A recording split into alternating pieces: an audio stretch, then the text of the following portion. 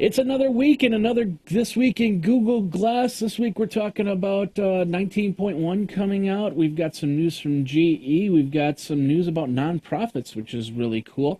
We're also going to talk about mind reading glass, and we're going to talk about our 360-degree experience, being able to see glass or see things behind you as much as in front of you.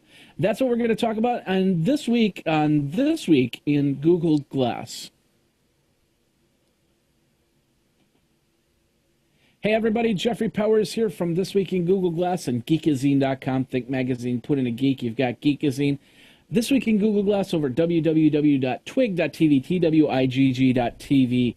And we had a week off, and that's because, news was kind of slow, but me and Luke wanted to regroup. Plus, Luke went to Chicago, and we lost him in the subways of Chicago. So we need a moment of silence for Luke, please.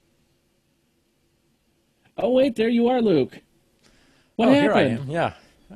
Apparently I made it back from Chicago safe and sound. Just in time, too. Wow. Yeah, exactly. I just got in from Chicago, and boy, are my arms tired. I knew that was going to come. I just knew it. Classic joke. Classic, yeah. Big comedy. Yeah, we've got all the hot new jokes that the kids are telling. The kids are telling that. So you went to Chicago. Yeah, so I was there for a conference last week, the Mobile and Web Dev Conference. It happens a couple times a year, East Coast and West Coast. This year, or this time, it was in Chicago. So rode around on the subway a little bit, taking the train from the airport, and rode some of the buses, and went out to the beach one night and ate out there, the Lake Michigan. Yeah. That Chicago's up against, and it was a real nice trip. The weather was actually really nice. This is your first Sprecher beer, and tell everybody what you called it. Tell everybody what you called it. I didn't know if it was pronounced Sprecher, Sprecher, Spreacher. I'm not really sure. It's like, we don't have that brand as far as I'm aware. I haven't seen it around Dallas. From what I remember, it may be. Well, do you like it? Yeah, it was good. I'll send you some. It was definitely a little sweet. I like the honey that they use. So yeah, it's nice. All right. So you went around Chicago. Here's another picture of. Looks like we've got the tower there. It used to be the John Hancock Tower. I think it has a different name now, but yeah. And did you go up in the big glass booth at all? Oh no, you went to a different glass booth, and there's a whole bunch of donuts. Yeah, I go to glass booths that have cupcakes. So this is at the Hershey store there in Chicago. Okay. So yeah. And then it looks like we got a panorama here. Yeah, a little panorama from down there on Lake Michigan, and then what is going on? Stop. Al's #1 Italian beef. I was walking by it, and I checked it, and it was like, yeah, it had good reviews, so I stopped in there for lunch one time. And we got a video there. We won't show the video. You got some good dogs there in Chicago. Oh yeah, great hot dogs there in Chicago. Oh, yeah. So have you ever had a pickle on a hot dog before? I don't know if I've ever had a pickle on a hot dog, but it was good. I would recommend it to anyone. Cool. I got some more pictures here. So you got the full Chicago. You had some Chicago pizza. You didn't go on Naver Pier though, did you? No, I didn't have a lot of free time to go sightseeing or anything. So yeah, how'd the conference go then? Conference went well. Good group, a lot of good speakers. So real nice. That's cool. All right. So, what did you talk about? I was actually talking about how to design Android apps for all the different types of screens. Basically, how to deal with all the device variances that people run into. Okay. Different screen sizes and tablets and phones and all that, and like how we handle that. So it's a question that I get asked a lot. So okay. It made it a good conference talk. So it was a good conference for you and everything like that. Yeah.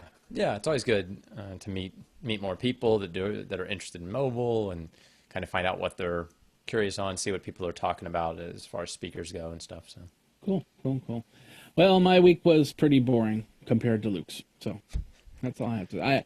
My computers died. I had this computer needed a keyboard that's needed a keyboard for a few weeks. The new keyboard actually came in 2 hours ago. My MacBook died, And that was a task. Saturday, it completely just the screen just started going weird, and I found out it was a problem with AMD. The solder connections getting loose in the logic board, and of course this MacBook is now a couple of months past its Apple Care 3-year date. So I was a little bit scared about what's going on. So I ended up going to Apple and said, "Hey, what can we do? I mean, I paid for 3 years of Apple Care here, and this kind of sucks if I can't get it fixed." He goes, "Yeah, we've been having that problem, so we're gonna get that fixed for you." Um, and they said it would take 2 days. I didn't think I'd have it for tonight, but then I got a phone call like 2 hours later, and they said, "Oh, it's all installed. You're all good to go." So I was like, "Oh, perfect." So now I've got my laptop back and a new logic board, and so that was my excitement for the weekend. So nothing glass related. We did participate. There was a thing here called Google Glass Day. A lot of people didn't know about this because it was a more of a private event for Google Glassers. But they took a whole bunch. Basically, you took a bunch of pictures, and you've got a few pictures in there. I know that, and I've got a Mm-hmm. couple pictures in here. So basically, what we did. These are my favorite ones. These are Noble Ackerson's pictures where he's just cupping certain circular uh, churches Yeah. or whatever they are. But yeah, lots of great pictures there. I have a feeling Google's going to do something with them, probably turn them into a video or something like that. So we'll Yeah. see if our pictures get put in there into that mix right there. So Yeah. um, all right. Well, if we're done with that, so let's get into the news for the week. This is where the news segment. News. It's like a big Tyrannosaurus Rex comes in. I got news, but tiny hands. Anyway, Big news, but tiny hands. Yes. Tyrannosaurus Rex news. Big news, tiny hands. That's it. That's what we're gonna call it from here on in. We're done. So We're done. we're This done. is We're it. done. Let's Yeah. let's do this. So, all right. Let's.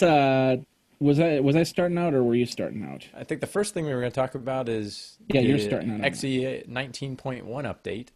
So astute viewers might know like how the versions of the OS are named, and so the last one we had was XE 18.3, and so over at 9 to 5 Google, there's this article about the 19.1 update, and really it was a pretty small update for going from 18.3 to 19.1.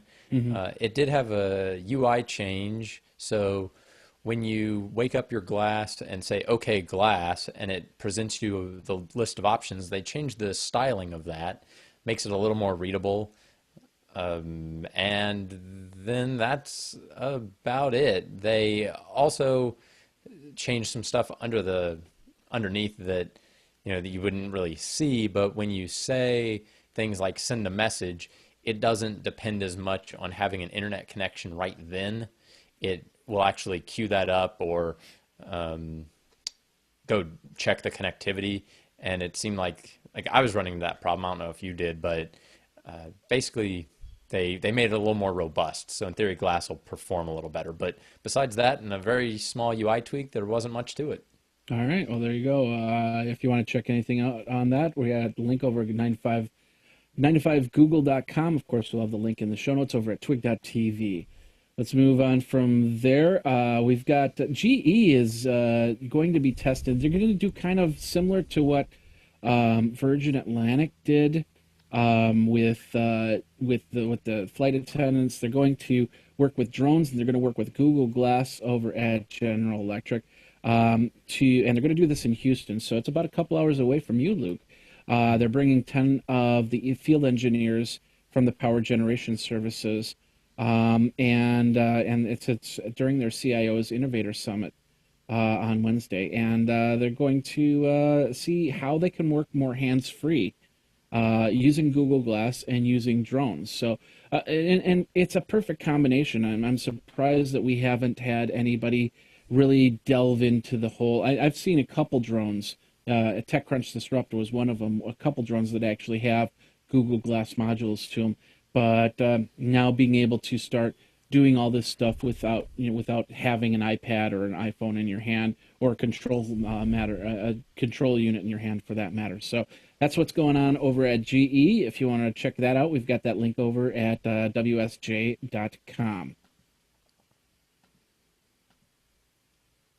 Okay, and then our next story is found on the Google Plus page. They had I don't know if it was a hackathon or just kind of a meeting with a bunch of nonprofits, and they proposed this idea to the nonprofits. How would you use glass to, impact more people, make a bigger impact with your nonprofit, charity?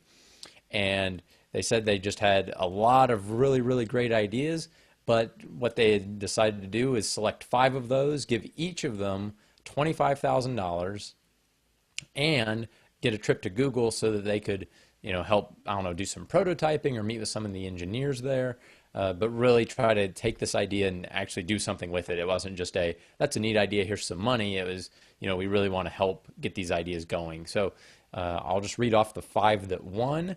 There's Classroom Champions, which is for Paralympic athletes and mentors. And then there's 3,000 Miles to a Cure, which it looks like it's about raising awareness about brain cancer and kind of help you connect with the riders more for on this 3,000 mile journey. Then there's the Mark Morris Dance Group, which is helping people with Parkinson's through dancing, and they talked about how they would use glass to maybe give them cues and help kind of do some of the teaching there. They also have the Women's Audio Mission, which is for women and girls to just learn about music and science, technology, kind of the STEM idea of getting more girls into technology. And then there's the Hearing and Speech Agency, which will be using glass to help people improve communication access for people who have speech language challenges, hearing loss, and autism. So any sort of any of those kind of things. So kind of an autism related thing. And so Glass basically just had a big summit, got all these people together. They have some pictures up on their Google Plus page of these different organizations. And so I think it's Google trying to say this isn't just for early adopters and tech nerds, but you can really do some positive change with it. So a really neat idea. Yeah, it looks like we got some of these pictures right here of the nonprofit area. Was that Morris Dance in the Time? Not Morris Day in the Time, or never mind. That was a bad joke. Anyway, so all right. Well, and I did this, and now I gotta close this. Hold on one second here. So yeah, check that out. We got that link, of course, in the show notes. And then finally, Park the Car in Harvard Yard. Google Glass is coming to Boston, Massachusetts on July 26th. You can RSVP right now for your... And I'm starting to sound like Christopher Walken. 2 mice go in the bucket. They have a bucket list. And, I'm trying to do the I don't know if you saw that meme with the commas, the Oxford commas, the regular commas, and then the walking commas. And it's like 2 mice in a bucket. Anyway, so so basically they're doing another tour stop, this time in Boston, Massachusetts. You can go on July 26th, and you can check out Google Glass for the first or second or third or fifth time. Have all your questions answered, and I believe this is going to be the first stop where you'll actually have an opportunity to purchase Google Glass outright, right there. So I don't know if they're going to have. I'm guessing they're going to have cash registers handy, and because now that Google Glass is available for everybody to purchase for $1,500, you'll be able to do it right then and there. So. That's over on Fandroid.com, and that's the big news with little arms and Google Glass. Really? Did you just do that? It's a really bad Tyrannosaurus, I guess. Do that again. I'm not going to say anything. Just do that again.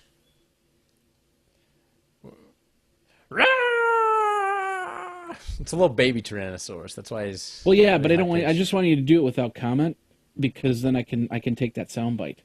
So do it. Oh. Okay, perfect. So That's horrible. You're it's killing it me. is horrible, but the wheels are turning in my Yeah. head, and That's what I'm afraid of. now you're gonna see what I'm gonna do with this. It's gonna be amazing because we're gonna Yeah. have this is new parts to this week in Google Glass. We're gonna have a news section, and then of course we got a couple articles that we're gonna talk about more in depth, and that's where we're gonna start right now. And of course the big news happened last week. We've got this article over on Glass App Source, and basically what they have is this app. It's called MindReader RDR, and it's this little thing that gets set on top of your head, so you know that's where your pimples are going to start to form, and go from there. But I don't know. Does this thing actually hook? It doesn't hook into glass per se. It still uses your phone as the gateway back and forth to glass, right? Did you catch that at all, or?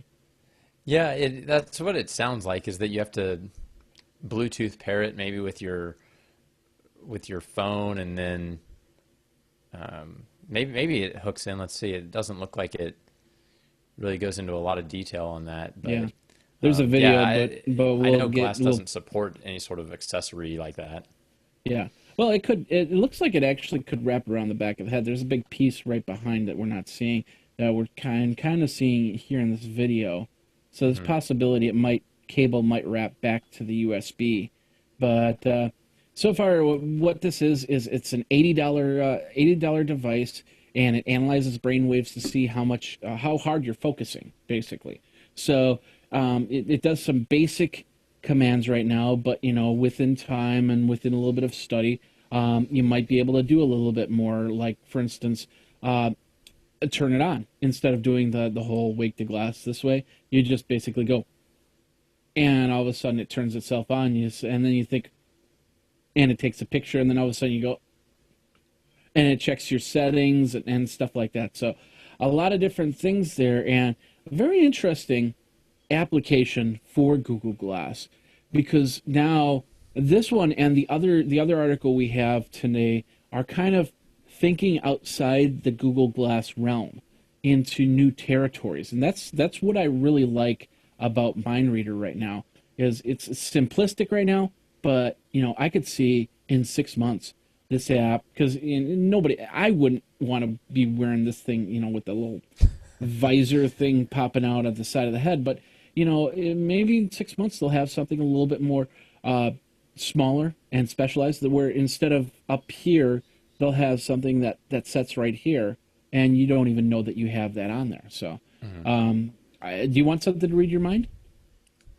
It depends on how accurate it can be and when it can read it. So, yeah, I think it's a really interesting concept that you could just use thought patterns to trigger actions, and it may be something that just takes more research and maybe some calibration. You have to maybe eventually it'll get to some sort of calibration mode. It seems like right now it's just kind of assuming everybody's the same. So. Hmm. But I could see it, over time it becomes where, oh, well, now it can actually detect all these different states, and it can detect when you go from one to the other. So you can kind of, think about if you concentrate hard and then kind of relax and then concentrate again, you can, that can trigger one action. And so I could see it going somewhere very interesting. And like you said, once it gets smaller and, hooks in some way that doesn't stick out, kind of like people talk about with glass, it becomes a lot more viable. People would be willing to try it a lot more because, yeah, Yeah. if you thought glass looks funny, you should check this thing out. You'll be like, no, not a chance. So, Actually, you know, I'm starting to think about it as you mentioned that, and I'm reminded of. Do you know who Benedict Jones is? not off the top of my head. Okay, I met Benedict at South by Southwest, and he's a glass hole, whatever you want to call it, and he's also in a wheelchair. And the cool Mm, thing was, back in May, I ran into him in New York. He was doing one conference, I was doing another conference, and it was really cool. And we sat on Times Square and talked about Google Glass for about 15 minutes. Awesome guy. If you ever get a chance to meet him and talk glass with him, he's very up on that type of stuff. But I'm thinking to myself, you know, he likes the hands-free experience, because he's got to move his chair to get around. So having something like this helps him. It might even help somebody like a paraplegic. I could imagine Stephen Hawking to wear a pair of Google Glass with one of these devices on its head, and be able to maybe even communicate and do things a little bit more, and go from there. So this might be the next generation of getting people like Stephen Hawking to speak and go from there. And the best part about this is, and the article states it, is that this device is open source. So you can grab the API, you can start playing with it. You can say, well, what if it does this? What if it does this? And go from there. So I think this will, even though I don't like the design personally, I don't think this is going to be made for me. This is going to be made for somebody with actual disability that really needs Google Glass to take it to the next level for them. And I think this will be that thing for them. Yeah, yeah, definitely. I could see that happening. So, All right. Anything else you want to add to that, or? no, I think it's good. Okay, cool. All right. Well, let's move on from there, and we've got our next article. This has also made me think, because, like I said, it's all about thinking outside the box this week. And I saw this article on LinkedIn about 2 hours ago, and I read through it. And at first, it was like, yeah, why would you want to have a camera behind your head on Google Glass? But then it really got my mind spin, the wheels on my head spinning here.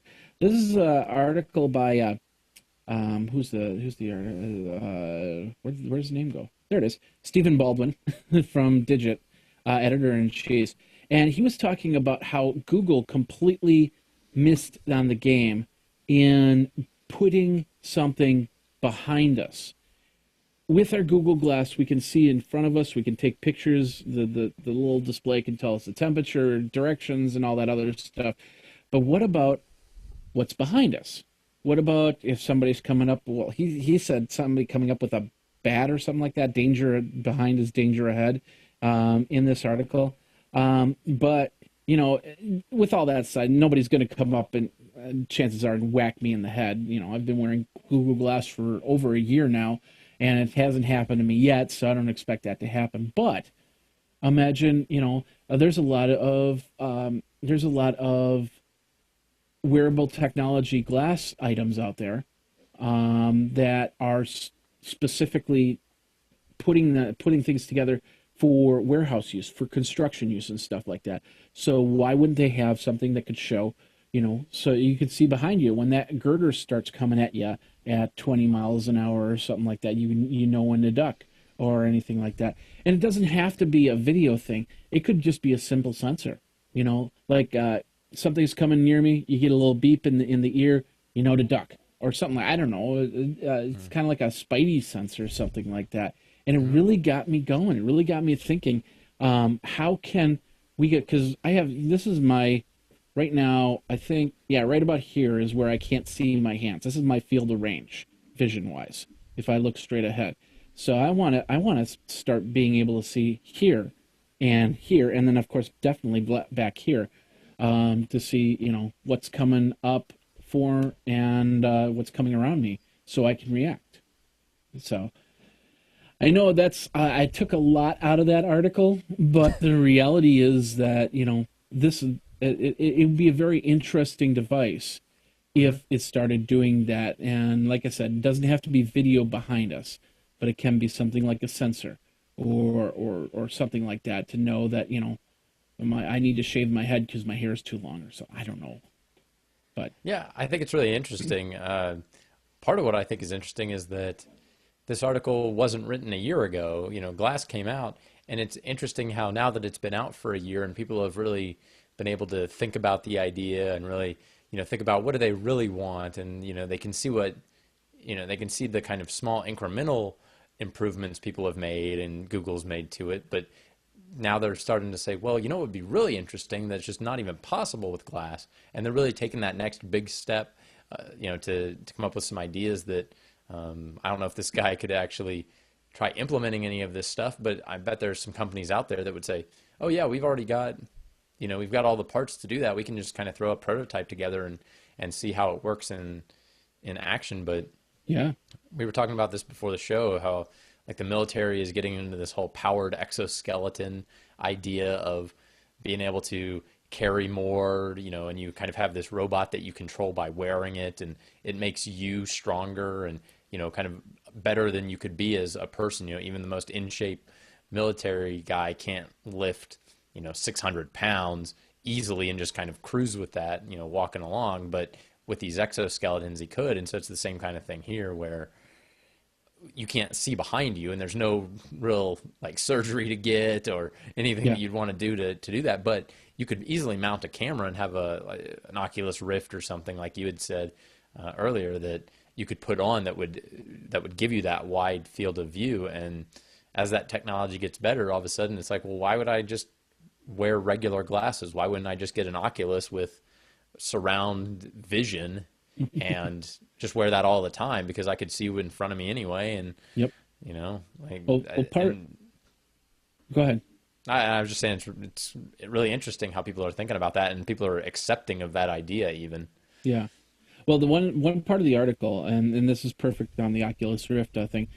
He talks about what are called monk parakeets, which their eyes are actually on the sides of their heads rather than in the front, and it just kind of reminds me of that. I don't know if you've been watching on NBC. They have The Last Comic Standing, and one of the comedians basically said, well, he was talking about crocodiles and how you approach a crocodile, and the guy goes, well, if you're being attacked by a crocodile or your predator, you got to move side to side to side.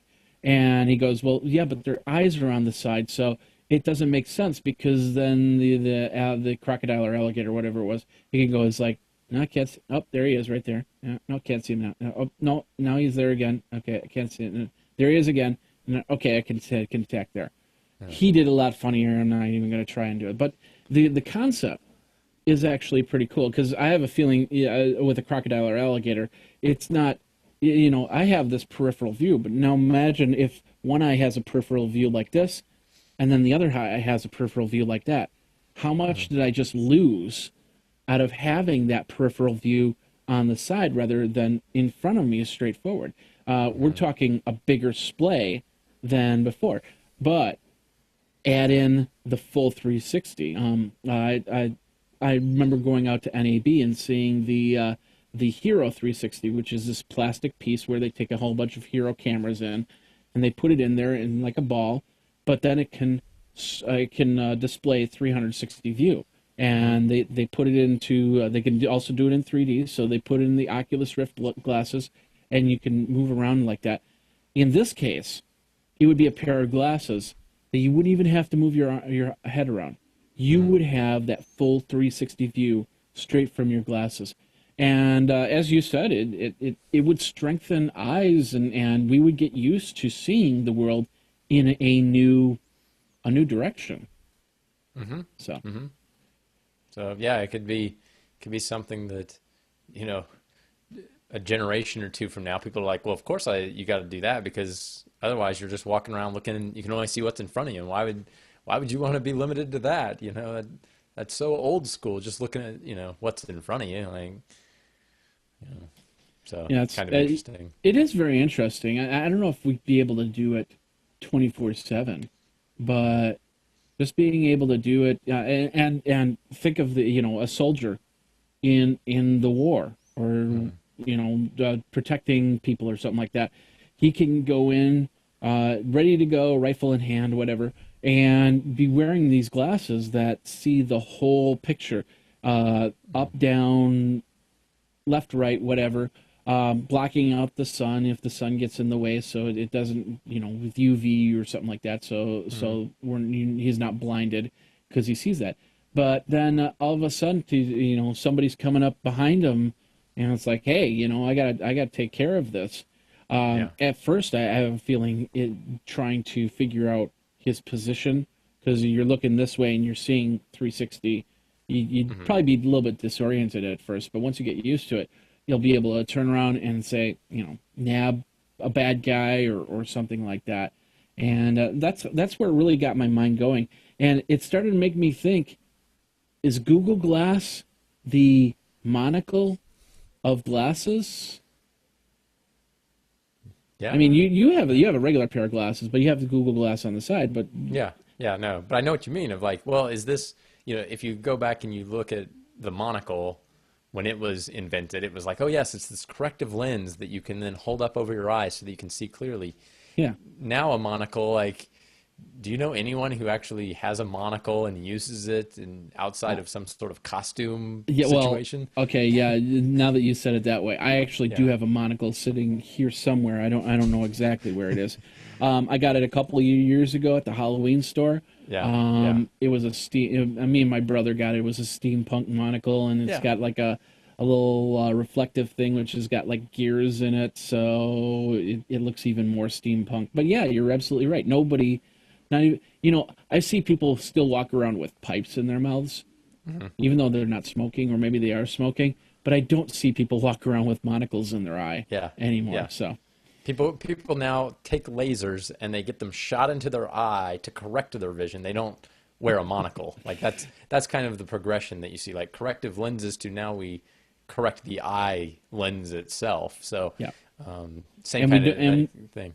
and we don't wear bolo hats, and we don't wear three-piece suits because we don't have to hide our pit stains and our body odor with layers or anything like that. We take showers every single day, so Yeah. we can wear nice. Well, I'm wearing my crocodile hunter shirt and a pair of shorts. I just realized I was Steve Irwin. So crikey. So, but anyway, and so no, it's interesting thought. But that's where all this wearable technology is.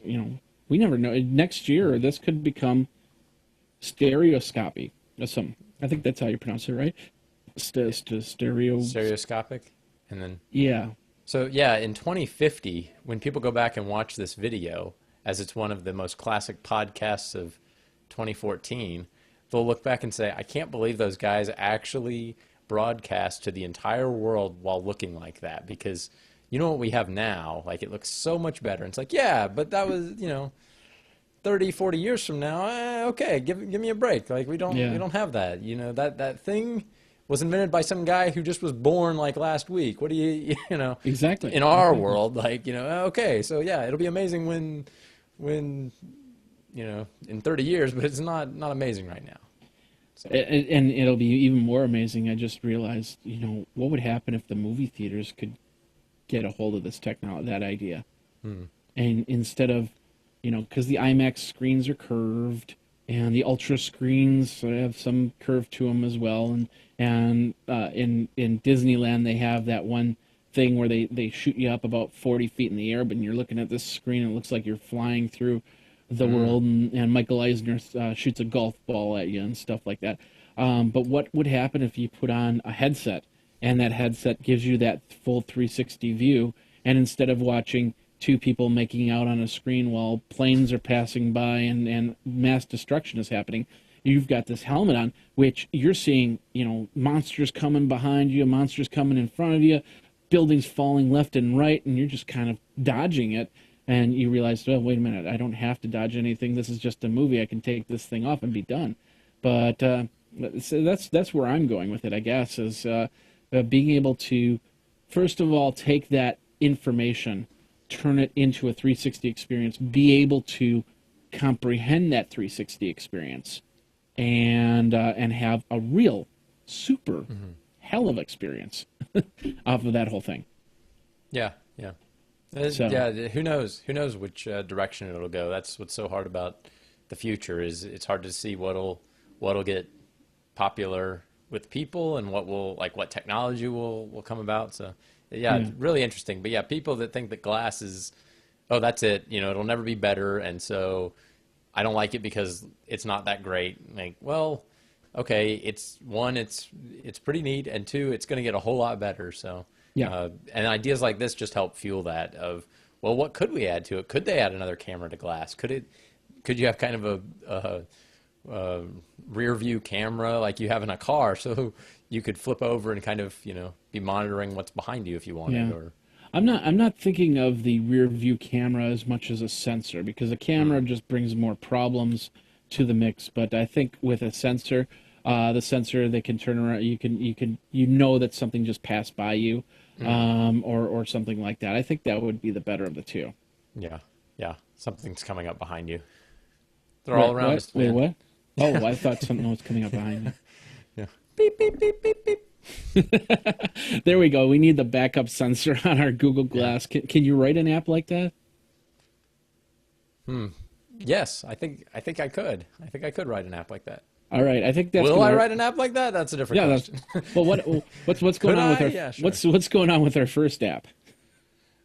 Oh, I don't know. It's gotten so popular. We're both somehow a free app has made me millions. I don't really get We're it, both but rolling in the money here. I don't understand. It's good. So, yeah. Yeah. but if you don't know what the app is called, Beetlejuice, you can find it on. It's up on GitHub, GitHub. right? Yeah, Yeah. yeah. So check it out, Beetlejuice Glass app. And I'm looking. Have you been to the Reddit forums for Google Glass? No, I don't go to Reddit very often. I've been well, Jennifer's a big Reddit fan, and I've been injecting more of Reddit into my life, especially trying to find news articles. That's where I found this news article Hmm. on LinkedIn, and they have a lot of people that are saying, check out this app, check out this app for Google Glass. It's actually pretty intense, not intense, but it is pretty well used forum, and if you're looking to see what's out there, reddit.com/r// Google Glass. Great tip. So yeah, all right. All right, well, that's it for all the news. That's it for everything else. Luke, why don't you tell everybody where they can find you? Yeah, so my name is Luke Wallace. So you can find me on Google Plus at google.com/plus Luke Wallace, or around the internet, I'm typically known as Luke Luca. So Luke Luca on Twitter, that's LukeLuca. Think lukewarm, but put in a Luca instead of warm. It doesn't really work for that at all. Like it doesn't sound nearly as good as your little thing. There's not Luke. Luke isn't part of a lot of words, and Luca isn't part of a lot of words. So Well, you're gonna find your thing, and it's just gonna I'm gonna like find my boom, and thing. next thing you know, it's gonna happen. It's like Yeah, me. yeah. You can find me over at Geekazine. Think magazine, put in a geek. Boom, you've got Geekazine just like that. So, How many you're times just, have you said that? You've probably said that 100,000 times, haven't you? Between all the um, different podcasts, all the different shows, videos, like yeah, it's a lot of times. it's the best, because everybody goes, "Oh, Geekazine, how do you spell that? Geek e no, no, it's not an ezine, it's azine. Think magazine, put in a geek. Boom. Magazine. Yeah, like I don't know, like a magazine, like a gun magazine, like a subscription magazine." And they go, "Oh, so you have a publication?" It's like, no. Think magazine, not look Think for mag. magazine. Well, maybe someday I'll put out Geekazine, the magazine, on Or iPad or something. sportazine, or what are some of the other zines? Dork, Zines? yep, Dorkazine, Sportazine, are the two active ones right now, and more could be coming up. You never know. It depends on who approaches me and says, "Hey, I want to write some stuff in this," because Sportazine, sports. Yeah. Dorkazine is more is it's geeky stuff, but it's in a more it's more dorky. Just put it that way. So, Okay. but Okay. anyway, so all right. Well, and of course you can find us, Jeff at twig.tv. I know that says a little bit different. Jeff at twig with twigg.tv. Luke at twig.tv. You can always email us there, and we'll read your emails off on the show and go from there. So, short show. What do you think of this format? Do you like this format, Luke? Yeah, I like it. I think it's very concise, and it's dense with information. So And I don't end up babbling for 3 hours. yeah, I suppose that's a side thing, but neither do I. So it was hard to not just start riffing about each little article, but I think we did a good job and really keeps it focused. I Oh like yeah, it. definitely. There was a couple times I wanted to talk about 19.1, and but yeah, they don't need. There's not much more than what the article says. So I Yeah, think what yeah. we're gonna, In this case, yeah, very very concise. yeah. Plus, we'll have more time to talk to guests, which we've got a few guests that both Luke and I are working on for future weeks. So if you've got Google Glass, you want to show off your Google Glass, your app, or whatever, let us know, and we'll get you on the show and go from there. So, all right. Well, Luke, thanks again for another awesome episode. You were great as always. Go tend to your birds now. Yeah. I've got birds. I know how that 360 vision works on them very well. So. Yeah. What crackers? Where crackers? So, anyway, thanks a lot for watching. Every single Monday night, 9 p.m. Eastern Time, 6 p.m. Pacific Time. Come on down this week in Google Glass. We'll have a show next week. 2 weeks we won't have a show because I'll be in Anaheim, California, and Luke will be somewhere else in Texas because it's a big state and you can get lost in Texas, I think. So anyway, thanks a lot for watching. This has been another episode of This Week in Google Glass. You guys geek out and take care.